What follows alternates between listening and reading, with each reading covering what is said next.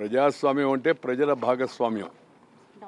ప్రభుత్వంలో చట్టసభల్లో ప్రజల భాగస్వామ్యం ఎలా వస్తుంది? ప్రజలు ఓటు హక్కును ఉపయోగించుకున్నప్పుడు.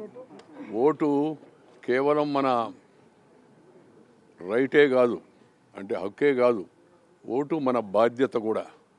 అందువల్ల ప్రజాస్వామ్యంలో ప్రతి ఒక్కరూ తప్పనిసరిగా ఓటింగ్లో పాల్గొవాలి. తద్వారా ప్రజాస్వామ్యం మరింత పటిష్టపరుస్తుంది. ప్రజాభిప్రాయం ఆ ఎన్నికల్లో ప్రస్ఫుటంగా మనకు కనబడుతుంది.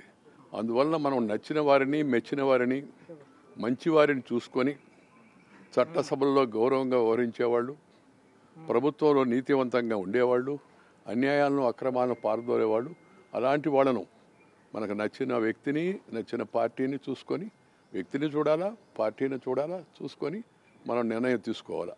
తద్వారా ప్రజాస్వామ్యం మరింత పటిష్టపరుస్తుంది, దేశ గౌరవం కూడా ఇనుమటిస్తుంది. అందువల్ల నేను ప్రజలందరినీ కోరేది ఏంటంటే ఉదయాన్నే బయలుదేరి వచ్చి ఓటింగ్కి రండి.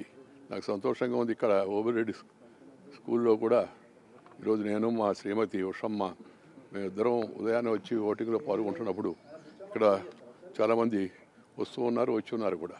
అది మంచి సూచకం. ప్రజలందరూ కూడా ఓటింగ్లో తప్పనిసరిగా పాల్గొవాలని మరొకసారి విజ్ఞప్తి చేస్తున్నాం. For more videos like this, subscribe Big TV channel.